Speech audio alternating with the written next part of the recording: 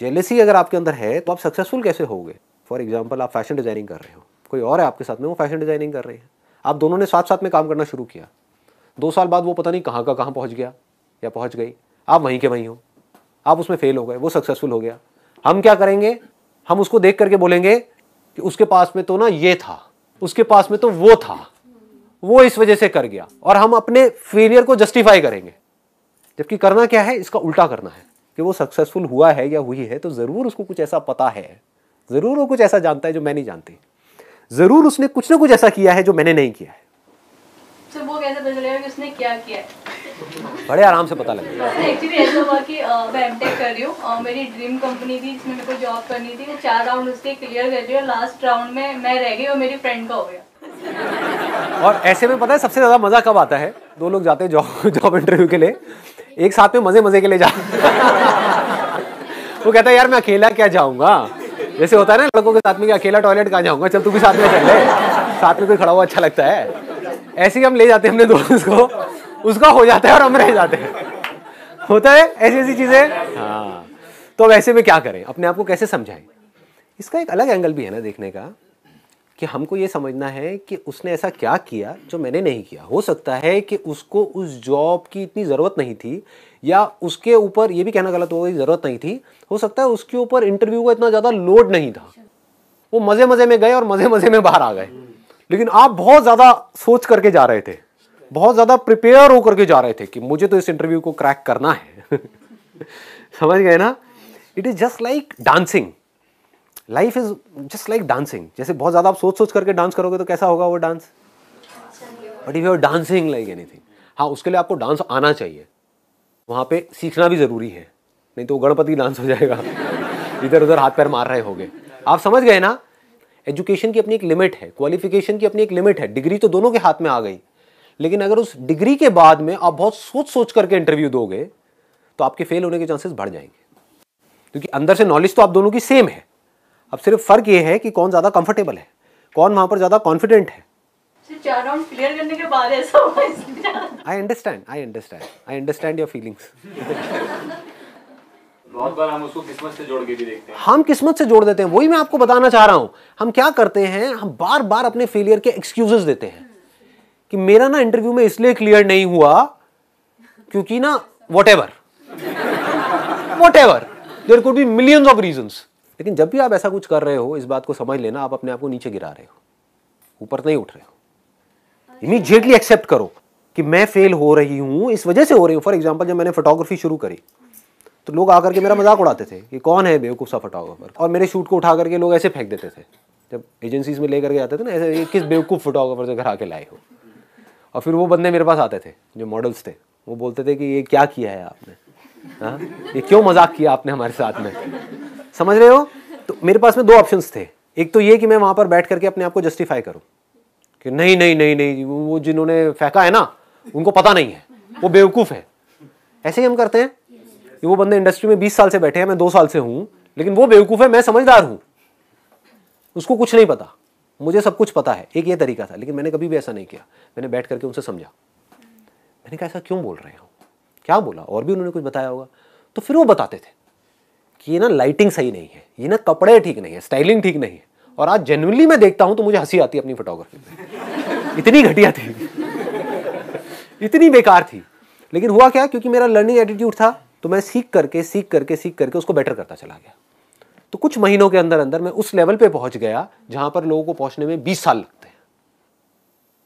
तो अब ध्यान से समझो क्या होता है कि जैसे ही आप किसी की भी बुराई कर रहे हो, या किसी से जेलसी कर रहे हो, या किसी को नीचे गिरा रहे हो अपने आप को बेटर फील करने के लिए, तो आप और नीचे गिर रहे हो। जैसे ही आप किसी और की तारीफ कर रहे हो, तारीफ मतलब क्या, अच्छी क्वालिटीज की ही करोगे ना, बुराई आप खराब क्वालिटीज की करोगे। जैसे ही आप किसी की तारीफ कर रहे हो दिल से, सिर्फ बार बार से दिखाने के लिए नहीं, हम तारीफ भी करते तो हमारा कोई ना कोई मतलब होता है, इस बंदे से मुझे कुछ चाहिए, इसकी तारीफ करो मुंह पर बैठ करके, समझ गए? वो वाली तारीफ नहीं, उसको बोलने के लिए भी नहीं, उसके मुंह पर भी नहीं, अपने मन में बैठ करके कि यार ये जो बंदा है ना, ये लाइफ में इतना आगे इसलिए जा रहा है क्योंकि उसके अंदर ये 4 क्वालिटीज हैं। तो अब क्या हो रहा है, आपकी जो नजर है वो कहां चली गई? पॉजिटिव क्वालिटीज में। जहां आपकी थिंकिंग जाती है, जहां पर आपकी नजर जाती है, वैसे ही आप बनने लग जाते हो। समझ लो। जैसे लोगों के साथ आप रहते हो वैसे ही आप बनने लग जाते हो। Law of attraction. ऐसे ही उसको अभी छोड़ देते हैं। मैं बात कर रहा हूँ सर, जैसे आपकी थिंकिंग होती है सर, आप वैसे ही बनते हैं। जैसे आपके सपने होते हैं, आप जिस तरह से सोचोगे आपके लाइफ में फिर सक्सेस भी वैसे ही आती है। अगर आप नेगेटिव सोचोगे। देखो, ये एक बहुत बड़ी प्रॉब्लम है, इसको ध्यान से समझो। अभी मैं क्या बोलने वाला हूँ। जब भी मैं कुछ बोलता हूँ या जब भी आप कुछ सुनते हो, आप अगर ध्यान से ऑब्जर्व करोगे, आप कुछ ना कुछ उसमें बीच में घुसाने की कोशिश कर रहे होते हो। जो मैं कह रहा हूँ उसको नहीं देख रहे, कहीं और ही पहुंच गए। मैं क्या कर रहा हूँ इस वक्त, एक सिचुएशन है उसको मैं एज इट इज देख रहा हूँ। ये सिचुएशन है, मैं इसको देख रहा हूँ। इसमें बीच में हमको कुछ और लाने की क्या जरूरत है कि ये मैं जिसकी बात कर रहा हूँ इसको मैं कह रहा हूँ रिमोट। तो अब आप क्या कह रहे हो, ये जो रिमोट वर्ड यूज किया है ना, यही रिमोट वर्ड एक उस बुक में भी लिखा हुआ था। तो संदीप महेश्वरी वही बात कर रहा है जो उस बुक में लिखा हुआ है। आप समझ गए, आप वहां चले गए। जबकि मैं इसको रिमोट बोलूं, पिमोट बोलूं, टिमोट बोलूं, कुछ भी बोलूं उससे कोई फर्क नहीं पड़ता। कोई भी वर्ड इसके लिए यूज करूं फर्क नहीं पड़ता। फर्क क्या पड़ता है, मैं बोल क्या रहा हूं वो तो समझो, उस पर ध्यान रखो। Don't get lost into words. वो एक बहुत बड़ा ट्रैप है।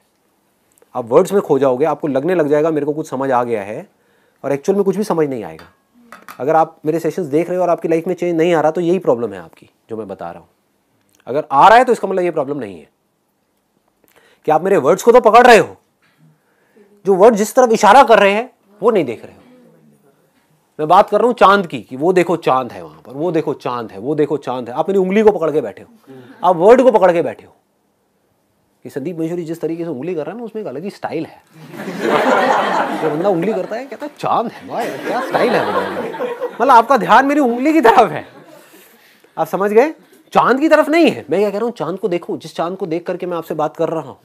दूसरे लोग कहाँ उलझे हुए हैं, ये जो चांद वर्ड यूज कर रहे हैं, ये वर्ड ना उस बुक में भी यूज किया गया था, तो लगता है ये वही बात कर रहे हैं जो उस बुक में लिखी हुई है। उस बुक को उठा करके कचरे के डब्बे में डालो ना।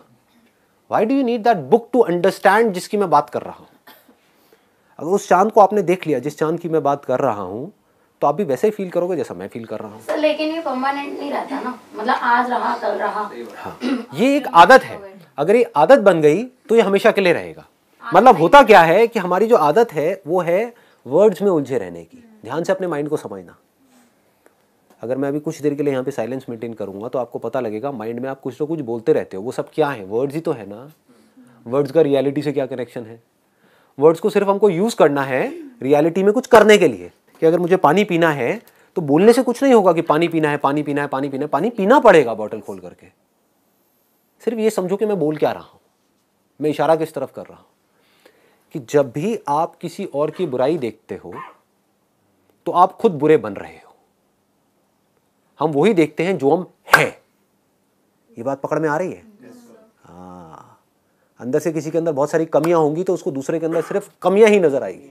अंदर से कोई बहुत खुश होगा तो उसको दूसरों के अंदर की खुशी नजर आएगी। हर इंसान में अच्छाई भी है और बुराई भी है। हर सिचुएशन में कुछ अच्छा भी है, कुछ बुरा भी है। चॉइस हमारे हाथ में है कि हम क्या देखते हैं।